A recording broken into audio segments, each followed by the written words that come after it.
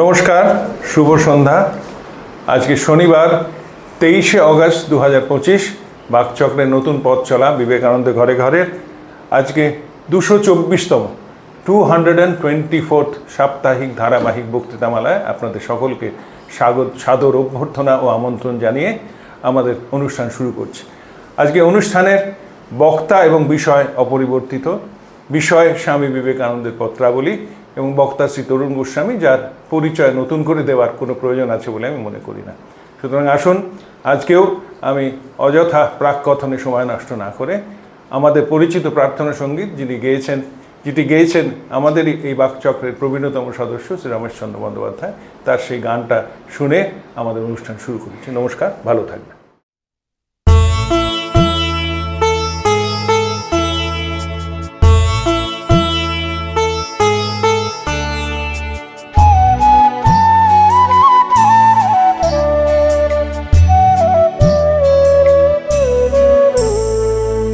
তোমারে করিয়াছি জীবনের ধ্রুবতারা, এ সমুদ্রে আরো কবু হব না গো পথহারা।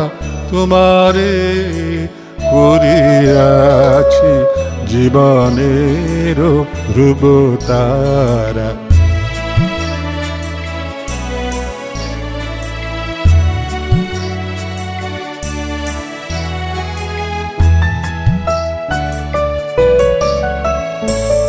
যেথায় আমি যাই না গো তুমি প্রকাশিত থাকো, যেথায় আমি যাই না গো তুমি প্রকাশিত থাকো। অকুল নয়ন জলে ঢালো গো কিরণ ধারা। তোমারে করিয়াছি জীবনের ধ্রুবতারা।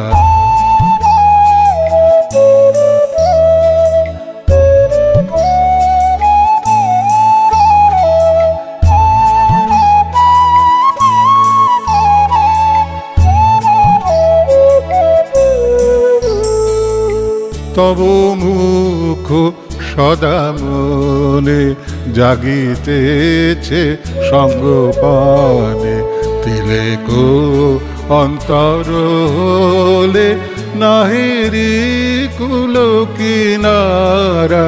তব মুখ সদা মনে জাগিতেছে সঙ্গপানে, তিলেক অন্তর হলে নাহেরি কুল কিনারা।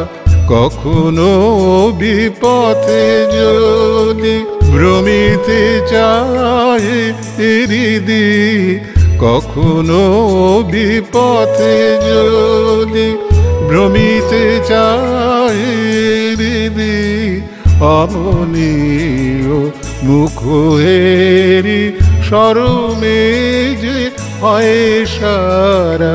তোমারে করিয়াছি জীবনের ধ্রুবতারা, এ সমুদ্রে আরো কবু হব না গো পথহারা। তোমারে করিয়াছি জীবনের ধ্রুবতারা।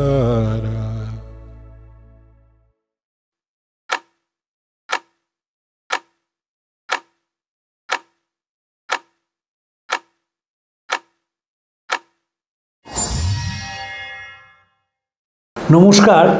আজকে যে চিঠিটা পড়ব সেটায় কোনো তারিখ নেই, নভেম্বর 1899। ফলে যারা লিখছেন যে আমি কেন চিঠির তারিখ উল্লেখ করি না, কারণ তারিখ থাকে না সব চিঠি, এই চিঠিটা নভেম্বর 1899, এ তো কারুর পক্ষে আর জানা সম্ভব নয় যে কী দিন ছিল। এইসব চিঠিগুলো বেলুর মঠে অরিজিনাল রাখা আছে, কিন্তু দিন যখন স্বামীজি লেখেননি তখন আর কী করে বোঝা যাবে। এই চিঠিতে স্বামীজি নিজের প্রতি যে অত্যাচার হয়েছিল তার কথা লিখেছেন। আপনারা জানেন, আমি বলেছি যারা বাকচক্র নিয়মিত শোনেন এবং মনে রাখেন তারা জানবেন যে স্বামীজি যখন দ্বিতীয়বার বিলেতে গেলেন তখন খবরের কাগজ কলকাতায়, ইংরেজি খবরের কাগজ, তারা স্বামীজিকে নিয়ে কতগুলো প্রশ্ন তুলল যে প্রফেটের কখনো ডায়াবেটিস হয় না, প্রশ্ন তুলল যে মাছ মাংস তিনি কেন খান, ভুলে গেল তাদের পাদ্রীরা কিন্তু মাছ মাংস খান। আর স্বামীজি সবসময় মাছ মাংস খেতেন তা না, বহু সময় নিরামিষও স্বামীজি খেয়েছেন, সেটাও ভালোবেসেই খেয়েছেন। তো সেইটা হলো, এবং তারা বলতে শুরু করলো যে তোমরা যতই বলো স্বামীজি আসলে মহিলারা স্বামীজিকে পছন্দ করেন, পুরুষেরা করেন না। এই সাহেবরা বলেছিল, যারা তার মানে কি আপনি পক্ষান্তরে মহিলাদের খাটো করছেন যে তারা স্বামীজিকে পছন্দ করে আর পুরুষেরা পছন্দ করে না, মানেটা কি? তার মানে পুরুষেরা মহিলাদের থেকে এগিয়ে দাঁড়া, তোমরা কি প্রগতির কথা বলছো বাবা? তাহলে তোমরা প্রগতির কথা বলছো না। এবং জেনে রাখবেন, আমেরিকায়, ইংল্যান্ডে স্বামীজিকে এক বক্তৃতা দিনে দুবার দিতে হতো। সকালে বক্তৃতা দিতেন, যারা গৃহবধূ তারা শুনতেন, আর সন্ধেবেলা সেই একই বিষয়ে বক্তৃতা দিতে হতো পুরুষের অফিস থেকে ফিরে স্বামীজির বক্তৃতা শুনতে যেতেন। ফলে এইভাবে স্বামীজি ভারতবর্ষের কথা বিদেশে বলেছেন। সাহেবরা প্রশ্ন তুলল যে তুমি যে বিদেশে আছো তুমি বিলাসিতার জন্য আছো কেন? কারণ তারা ভয় পেয়েছিল স্বামীজিকে। এই জায়গাটা তো আমরা ধরলাম না, স্বামীজিকে ভয় পেয়েছিল সাহেবরা। ওই যে সিডিশন কমিটি লিখলো না, Vivekananda after death has become more dangerous than when he was alive. ওরা বুঝতে পেরেছিল when he was alive he had wrecked havoc. ভয় পাইয়ে দিয়েছিল সবাইকে। কেন ভয় পাইয়েছিল?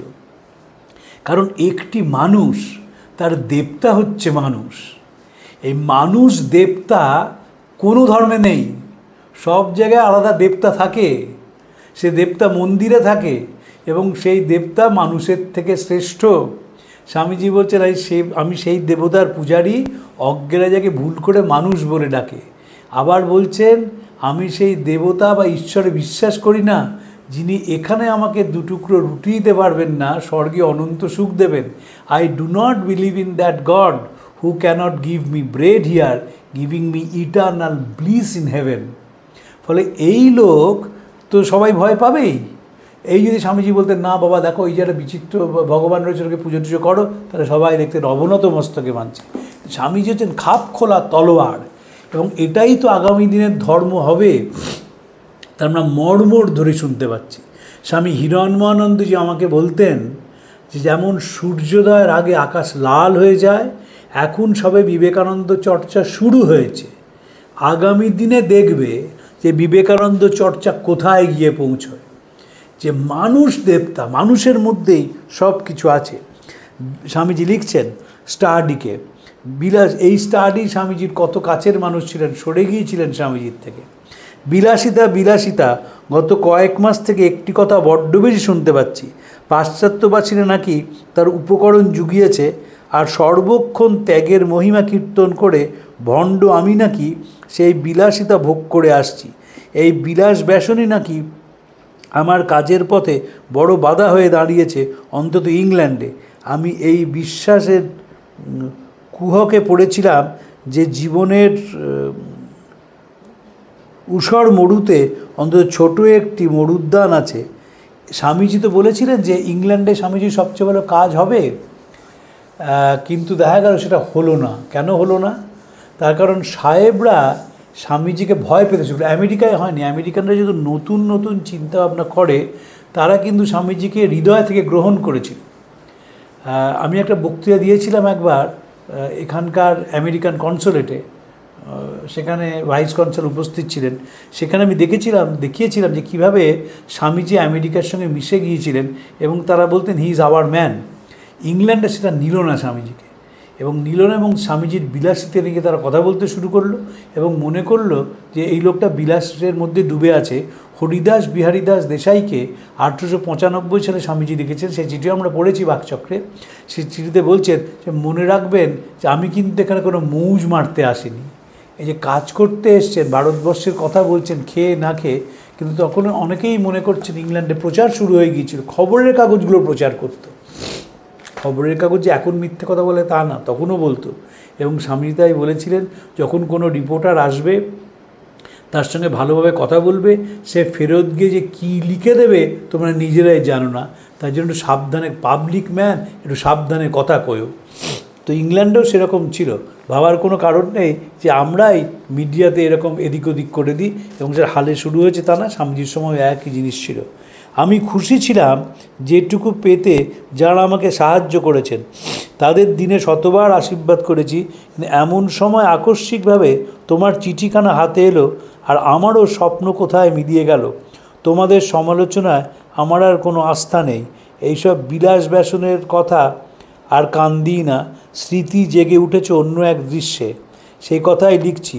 উপযুক্ত মনে করলে এ চিঠি বন্ধুদের কাছে একে একে পাঠিয়ে দিও, এবং কোথাও ভুল লিখে থাকলে শুধরে দিও। স্বামীজিকে স্টাডির মতন লোক লিখেছিলেন যে আপনি বিলাস সমুদ্রে ডুবে যাচ্ছেন। এটা কত দুঃখের, কত যন্ত্রণার স্বামীজির পক্ষে। এতদিন পরে আমরা চিঠিটা পড়ে বুঝতে পারি। এই চিঠি পড়ে চোখের জল ধরে রাখা যায় না। যে মানুষটি তখন কত বয়স, 1899 সাল মানে কত বয়স, 36 বছর বয়স। 36 বছরের একটা ছেলে তাকে বলছে যে, এবং স্বামীজি ইংল্যান্ড সম্বন্ধে অত তার আস্থা ছিল, তাই বলছেন যে আমি সেই ভেবেছিলাম যে এটা একটা মরুভূমির মতো হবে, ঊষর মরুদ্যান, কিন্তু আমি কত বড় ভুল করে ফেলেছি এখন সেটা বুঝতে পারছি। ক্যাপ্টেন ও মিসেস সেভিয়ারের কথা বাদ দিলে ইংল্যান্ড থেকে আমি রুমালের মতো এক টুকরো বস্ত্র পেয়েছি বলে মনে পড়ে না। ক্যাপ্টেন এবং মিসেস সেভিয়ার স্বামীজির সঙ্গে তাদের ইংল্যান্ডে সব কিছু বিক্রি করে দিয়ে ভারতবর্ষে চলে এলেন। এবং মনে রাখতে হবে, যখন স্বামীজি কলকাতায় এসে পৌঁছলেন প্রথমবার, যখন যুবকেরা ঘোড়ার গাড়ির ঘোড়া খুলে দিয়ে সে গাড়ি টানতে লাগলো, তখন স্বামীজির সঙ্গে 3 জন বিদেশি সেই গাড়িতে ছিলেন, জে গুডউইন এবং mister and Mrs severe. Mister and Mrs severe পরে মায়াবতীতে জায়গা কিনে মঠ তৈরি করেন, এবং সেই মঠে মিসেস সেভিয়ার থাকতেন। মিস্টার সেভিয়ার মারা যান যখন স্বামীজি ভারতবর্ষে ফেরেন 1900 সালে, এবং মিসেস সেভিয়ারকে সান্ত্বনা দিতে তিনি অসুস্থ শরীরেও মায়াবতীতে যান। স্বামীজি একবারই মায়াবতীতে গিয়েছিলেন এবং মিসেস সেভিয়ারকে সান্ত্বনা দেওয়ার জন্যে। তাই বলছেন যে মিস্টার এবং মিসেস সেভিয়ার ছাড়া ইংল্যান্ডে কেউ একটা রুমালের মতো একখণ্ড কাপড়ও আমাকে দেয়নি।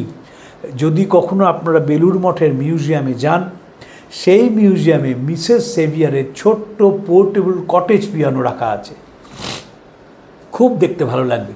এই মিউজিয়ামটা আমি সকলকেই বলি, যারা বেলুড় মঠে যান তারা নিশ্চয়ই রামকৃষ্ণ মন্দিরে যাবেন, আর নিশ্চয়ই স্বামীজির মন্দিরে যাবেন, মার মন্দিরে যাবেন, স্বামী ব্রহ্মানন্দজির মন্দিরে যাবেন। কিন্তু এই পুরো যে মন্দিরগুলো আপনারা ঘুরলেন, ঠাকুরের মন্দির, মার মন্দির, স্বামীজির মন্দির, রাজা মহারাজের মন্দির, এই মন্দির পুরোটা আপনাদের ভ্রমণ সম্পূর্ণ মিউজিয়ামে এসে পৌঁছন। কারণ এই মিউজিয়ামটা হচ্ছে রামকৃষ্ণ ভাব আন্দোলনের মিউজিয়াম। স্বামী প্রভানন্দজি নিরলস চেষ্টা এই মিউজিয়ামটি তৈরি করেছিলেন। প্রত্যেক সোমবার দিন মিউজিয়াম যখন বন্ধ থাকে, মহারাজের এবং আমি যেতাম, ঘন্টার পর ঘন্টা সেই মিউজিয়াম আমরা কাটাতাম। এবং মহারাজ খুব কম খেতেন, প্রভানন্দজি বিখ্যাত ছিল তার কম খাওয়া। তিনি 2 চামচে ভাত খেলেই তার খাওয়া হয়ে যেত। আমাকে বলতে তুমি তাড়াতাড়ি খেয়ে নাও, যাতে 1 মিনিট সময় নষ্ট না হয়, এবং মিউজিয়ামটা আমরা কাটাতাম। এই মিউজিয়ামের ভেতরে মিসেস সেভিয়ারের চমৎকার একটি পোর্টেবল কটেজ পিয়ানো আছে, সেই পিয়ানোটি রাখা রয়েছে। এবং মিস্টার এবং মিসেস সেভিয়ার স্বামীর সঙ্গে চলে আসেন, মায়াবতী থাকতে শুরু করেন। ম্যাকগ্রেগারের চা বাগান স্বামীজিকে মিসেস সেভিয়ার কেনেন, এবং কিনে তারা সেখানে রামকৃষ্ণ মঠ তৈরি করেন। সেখানে স্বামী স্বরূপানন্দজি, যাকে দিয়ে স্বামীজি বলেছিলেন আজ আমার একটা অ্যাকুইজিশন হলো, যাকে নিবেদিতা বেবি স্বামী বলে ডাকতেন, অসাধারণ বন্ধু ছিলেন নিবেদিতার, সেই স্বামী স্বরূপানন্দজি সেখানে ছিলেন, স্বামী বিমলানন্দজি সেখানে ছিলেন, স্বামী বিরজানন্দজি সেখানে ছিলেন, এবং এরা সকলেই ঠাকুরের পুজো শুরু করেছিলেন। সেই পুজো স্বামীজি খুব ধমক দেন। বিমলানন্দজি পরে চিঠি লেখেন সারদা মাকে, যে স্বামীজি তখন শরীর চলে গেছে, যে পুজো হবে না। সারদা মা অসাধারণ চিঠির উত্তর দেন, তিনি স্বয়ং অদ্বৈত, তোমরা তার সন্তান, তাই তোমরা অদ্বৈতবাদী জানিবেক। তো এই ঠাকুরকে তিনি স্বয়ং অদ্বৈত বলে ব্যাখ্যা করেছিলেন। তো সবই মায়াবতীকে ঘিরে। তাই মিস্টার এবং মিসেস সেভিয়ারের কথা, ক্যাপ্টেন সেভিয়ারের কথা একটু বললাম। এবং অপরপক্ষে ইংল্যান্ডে আমার শরীর ও মনের ওপর অবিরত পরিশ্রমের চাপের ফলেই আমার স্বাস্থ্য ভেঙে যায়। তোমরা ইংরেজরা আমাকে এই তো দিয়েছ, আর মৃত্যুর দিকে ঠেলে দিয়েছ অমানুষিক খাটিয়ে। এখন আবার বিলাস ব্যাসন নিয়ে নিন্দা করা হচ্ছে। তোমাদের মধ্যে কেউ আমাকে একটি কোট দিয়েছ বলতে পারো, কেউ একটা সিগার, এক টুকরো মাছ বা মাংস।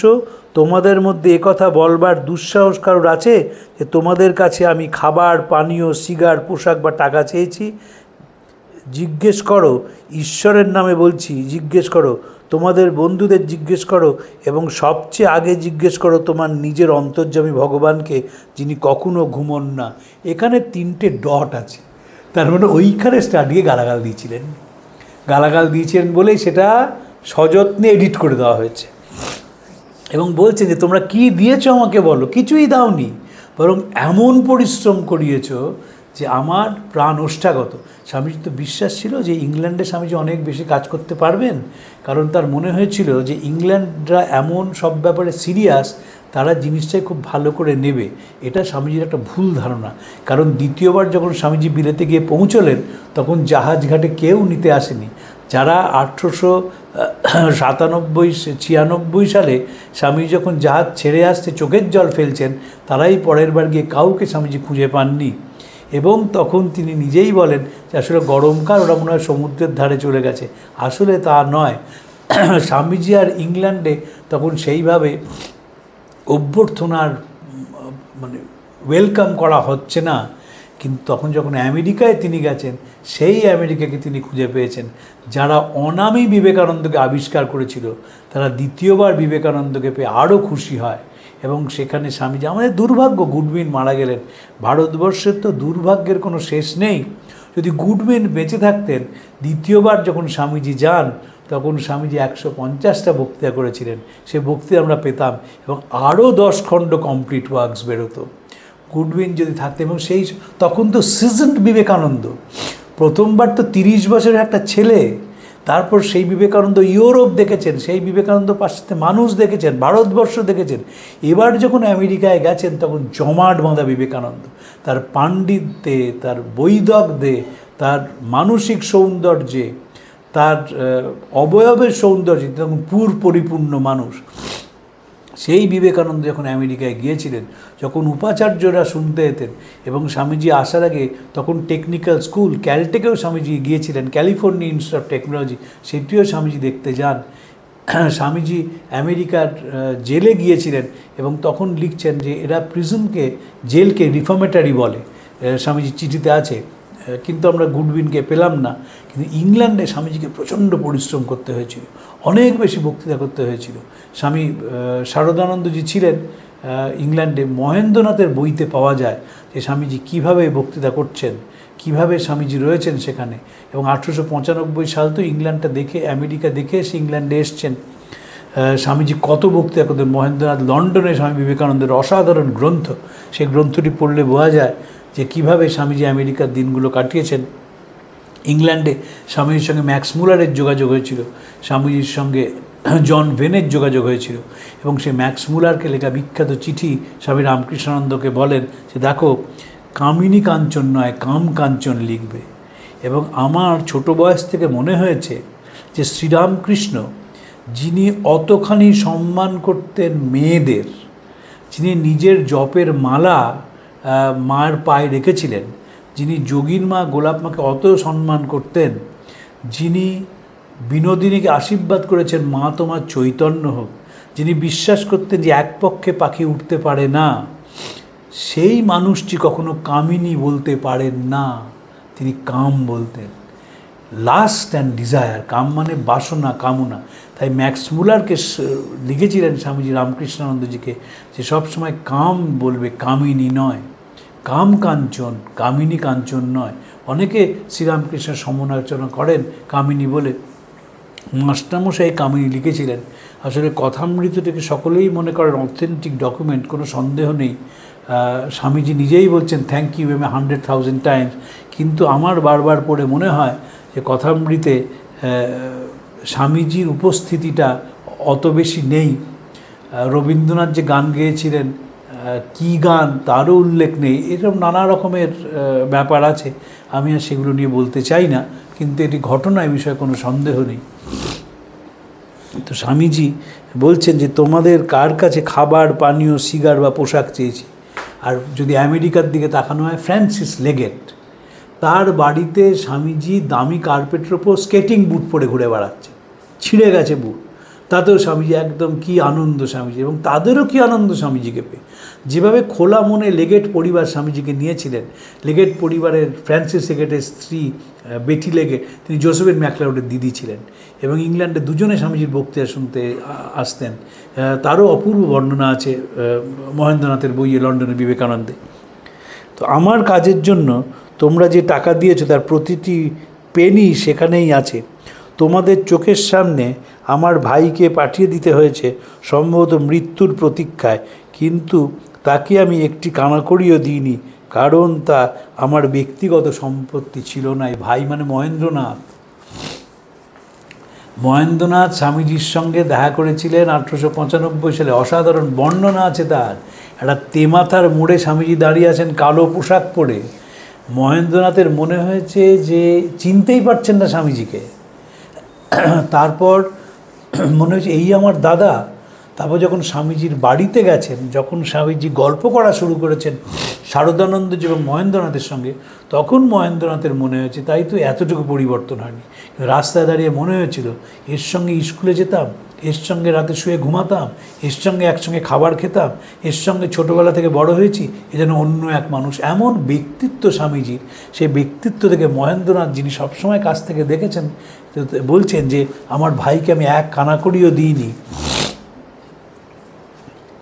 এবং তাকে আমি পাঠিয়ে দিয়েছি মৃত্যুর প্রতীক্ষায়। আর অন্যদিকে ক্যাপ্টেন ও মিসেস সেভিয়ারের কথা মনে পড়ে। শীতের সময় তারা আমাকে বস্ত্র দিয়েছেন, আমার নিজের মার চেয়েও যত্নে আমার সেবা করেছেন। ক্লান্তি ও দুঃখের দিনে আমার সমব্যথী হয়েছেন, এবং তাদের কাছ থেকে আশীর্বাদ ছাড়া আর কিছুই পাইনি। এই মিস্টার এবং মিসেস সেভিয়ার স্বামীজিকে। স্বামীজির যখন দ্বিতীয়বার হার্ট অ্যাটাক হয় গরুর গাড়ির মধ্যে, তখন মিসেস সেভিয়ার বলেছিলেন আপনি ফিরে চলুন, মায়াবতীতে থাকবেন। স্বামীজি থাকলেন না, স্বামীজি ফিরে এলেন, কারণ স্বামীজি জানতেন যে তার অনেক কাজ তখনও বাকি আছে। এবং মিস্টার এবং মিসেস সেভিয়ার স্বামীজিকে সব কিছু দিয়েছিলেন। সবচেয়ে বড় কথা কি জানেন, একটা মনে রাখতে হবে, আমরা যখন স্বামীজিকে নিয়ে আলোচনা করি, আমরা মাঝে মাঝেই তার বয়সটাকে ভুলে যাই। ওই বয়সে তো মানুষ স্নেহ, মায়া, মমতা চায়, কোনো তো দোষের নেই। আমাদের যে বাড়ির ছেলে, তার 30, 35, 36, 37, 38, 39 বাড়ির গুরুজন বা পাড়ার গুরুজনকার থেকে সে স্নেহ চায় না? তার ধর্ম তো স্নেহ চাওয়া। তো বিবেকানন্দ চাইলে সেটা দোষ হয়ে গেল? কলকাতায় তার গুরু বাইরে রয়েছেন, মা রয়েছেন, সেইখানে মিসেস সেভিয়ার স্বামীজির মার মতন ছিলেন, এবং তাকে সেই স্নেহে স্বামীজিকে জামাকাপড় কিনে দিয়েছেন, স্বামীজির সঙ্গে রঙ্গরসিকতা করেছেন। আমেরিকানরা কত রঙ্গরসিকতা স্বামীজির সঙ্গে করেছে। এই যে ফ্রান্সিস, এই যে মেরি হেলের যে স্ত্রী, মেরি হেলের মা, তাকে স্বামীজি মাদার চার্চ বলে ডাকতেন, এবং মিস্টার হেলকে বলতেন ফাদার পোপ। তো কত তাদের ছিল সম্পর্ক সুন্দর। এবং যখন স্বামীজি ক্লান্তি ও দুঃখের দিনে আমার সমব্যথী হয়েছেন, তাদের কাছে আশীর্বাদ ছাড়া আর কিছুই পাইনি। সেই মিসেস সেভিয়ারের মান মর্যাদার পরোয়া করেননি বলেই আজ হাজার হাজার লোকের পূজা নিয়া। তাঁর দেহত্যাগের পর লক্ষ লক্ষ মানুষ তাকে মনে রাখবে দরিদ্র ভারতবাসীর জন্য একজন অকৃত্রিম শুভানুধ্যায়ী রূপে। তখন তো স্বামীজি এই লেখার অনেক পরে মিসেস সেভিয়ার শরীর গেছে, কিন্তু বলছে যে ভারতবর্ষের মানুষ তাকে চিরদিন মনে রাখবে। বাস্তবিক মিস্টার অ্যান্ড মিসেস সেভিয়ারের আত্মীয় স্বজন কি তাদের নাম মনে করে যখন আমরা যেরকম করি? মায়াবতীতে যত মানুষ বেড়াতে যান, মায়াবতীর কথা যত মানুষ পড়েন, প্রথমেই তো মনে হয় ক্যাপ্টেন এবং মিসেস সেভিয়ারের কথা। যারা পড়েন, যারা একটু পড়েন, যারা শোনেন, পড়ার দরকার নেই, যারা শোনেন রামকৃষ্ণ ভাব আন্দোলনের কথা, তারাও তো ক্যাপ্টেন এবং মিসেস সেভিয়ারের কথা শোনেন, যে এরাই মায়াবতী প্রতিষ্ঠা করেছিলেন। স্বামীজি যেরকম চাইতেন যে একটা অদ্বৈত কেন্দ্র হবে এবং বিদেশি ভক্তরা যারা গরম সহ্য করতে পারে না তারা ওখানে যাবেন। কে যাননি মায়াবতীতে বলুন তো? ইটি স্টাডি মায়াবতীতে গিয়েছিলেন, জগদীশচন্দ্র সস্ত্রীক গিয়েছিলেন, জোসেফিন ম্যাকলাউড গিয়েছিলেন মায়াবতীতে, নিবেদিতা গিয়েছিলেন। তো মায়াবতীতে এত মানুষ গেছেন। সর্বোপরি মায়াবতী সম্বন্ধে অসাধারণ লেখা আছে সরলা দেবী চৌধুরানীর জীবনের ঝরাপাতা বলে তার যে অসাধারণ আত্মজীবনী আছে, সেইখানে তিনি স্বামী স্বরূপানন্দকে দেখেছিলেন এই মানুষটি সকালবেলায় চাল শুকাতে দিচ্ছে রোদে, বাদাম কিশমিশ শুকাতে দিচ্ছে, দুপুরে সেইটা দিয়ে রান্না হয়েছে, তখন তিনি খাবার তদবির করছেন, সবাই যেন যারা অতিথি তাদের যেন তারা ঠিক মতন করে খান সেটা দেখছেন, আবার সন্ধ্যেবেলায় গীতা পাঠ করছেন। সরলা দেবী চৌধুরানী একটি অসাধারণ মন্তব্য করেছেন। মন্তব্যটি হচ্ছে, এদের সংসারিক তুল্য কাজের মধ্যে সংসারী স্বার্থপরবশতা নেই, কেবল কর্তব্যের তাগিদ রয়েছে। যে কর্তব্যের তাগিদ এদের সংসারিক তুল্য কাজের মধ্যে, বাস্তবিক সংসারিক তুল্য কাজ তো।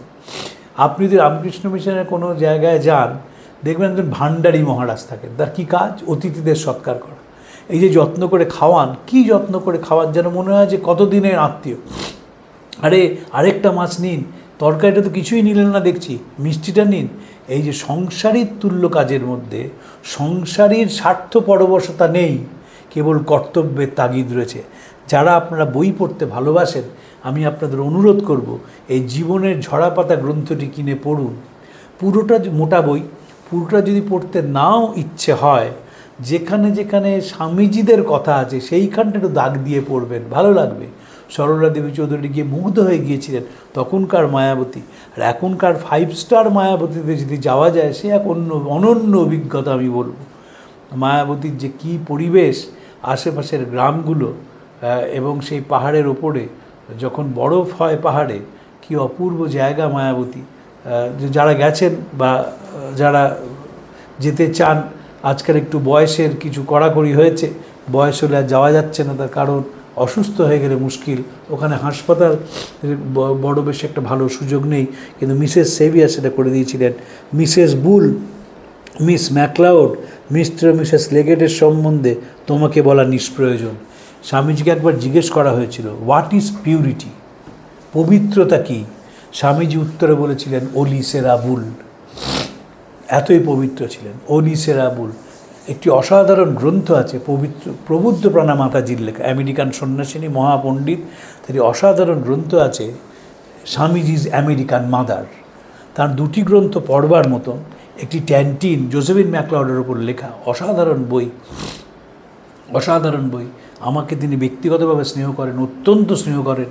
যখন তিনি কলকাতা থাকতেন, কতবার যে সারদা মঠে গেছি তার হিসেব নেই। ছোটো বয়সে আমার বক্তৃতা শুনতে যেতেন, খুব লজ্জা লাগতো। গেরুয়া পোশাক পরা আমেরিকান সন্ন্যাসিনী, গরমকাল, তিনি এসে আমার বক্তৃতা শুনছে। আমি বলতাম যে এটা কেন করছেন মা, এ তো আমি মা বলেই ডাকি, ইংরেজিতে কথা বলতে হয়, অতটা ভালো বাংলা বোঝেন না। কিন্তু তার সারদা মনেরও পড়বার মতো বই আছে, কিন্তু ওলি সেরা বুলের বইটা পড়বার মতো বই।